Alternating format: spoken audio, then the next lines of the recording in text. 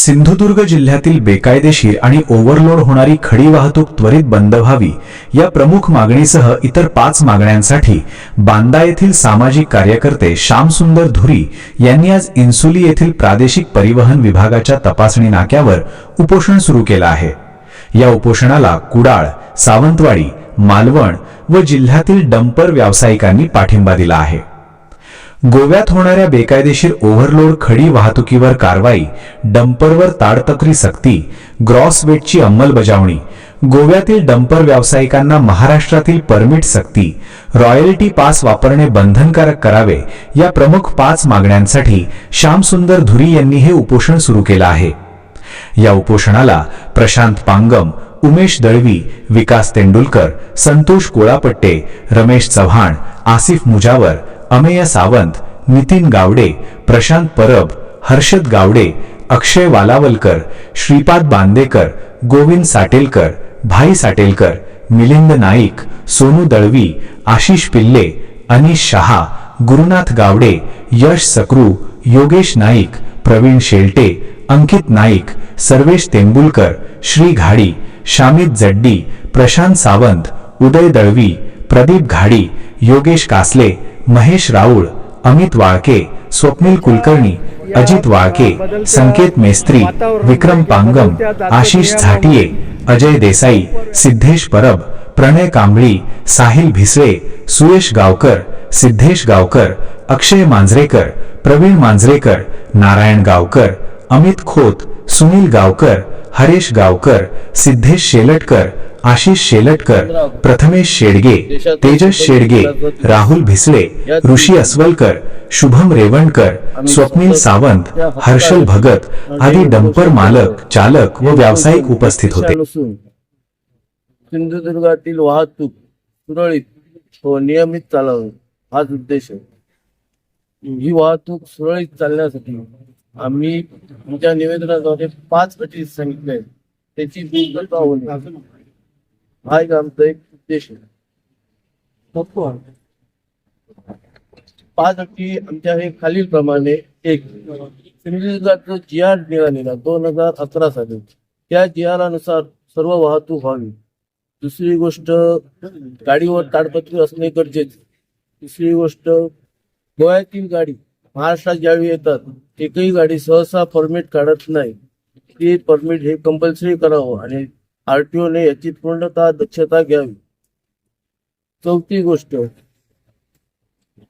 जो माल ओव्हरलोड जातो तो ग्रॉस वेटनेच जावा। उदाहरणार्थ ग्रॉस वेट 6 टायर गाडीना साधारण 6 टायरची गाडी असेल तर 12.5 टन, 10 टायरची गाडी असेल तर त्यांना 18 टन, 12 टायरची गाडी असेल तर 24 टन, 16 टायरची गाडी असेल तर 32 टन आणि 18 टायरची गाडी असेल तर त्यांना 36 टन। ही नियमावली ज्यावेळी गाडी आपण घेतो त्यावेळी दिलेली असते आणि क्रॉस वेट या RC बुकवर लिहिलेलंच असतं किती माल घेऊन जावं काय। म्हणजे यापूर्वी आपण अनेक वेळा उपोषण केलं, अनेक वेळा मागणी केली RTO कडे, त्या अनुषंगाने आता या ठिकाणी तुमच्या मागण्यांची पूर्तता होईल असं वाटतंय का?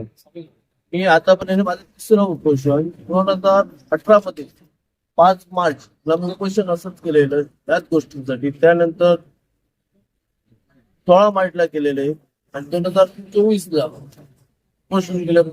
मला तोंडीच आश्वासनं दिलेले आहेत पण प्रत्यक्षात पूर्तता कुठलीच झाली नाही। यावेळी मला त्यांनी तोंडी आश्वासन दिली त्यावेळी मी त्या RTOचं स्वागत केलं, पण यावेळी मला लेखी स्वरूपात आणि प्रत्यक्षात त्या कामाची पूर्तता झाली पाहिजे या आशेने मी इथे बसलेलो आहोत। तसेच माझ्यासोबत कुडाळ, सिंधुदुर्गातील सर्व डंपर व्यावसायिक बसलेले आहेत।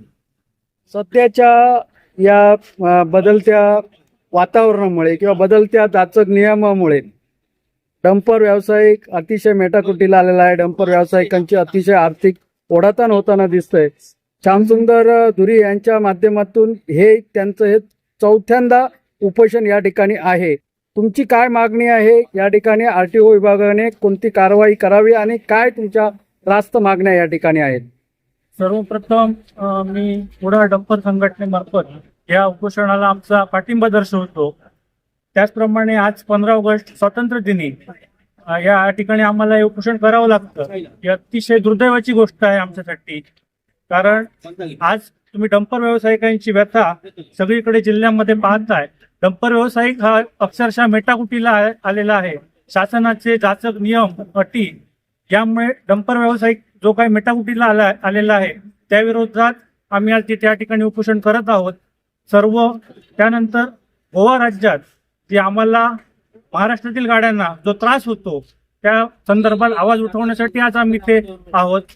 गोवा आणि महाराष्ट्र यांचे सलोख्याचे संबंध आहेत, परंतु व्यवसायाच्या दृष्टीने आज कुठे ना कुठे महाराष्ट्राच्या गाड्यांना गोवा राज्यामध्ये कोणत्या ना कोणत्या कारणावरून त्रास दिला जातो. तो त्रास नेहमी बंद व्हावा आणि गोवा आणि महाराष्ट्र अगदी भाऊ मिळून एकमताने एक विचाराने हा व्यवसाय सुरू व्हावा अशी आमची देखील मागणी आहे.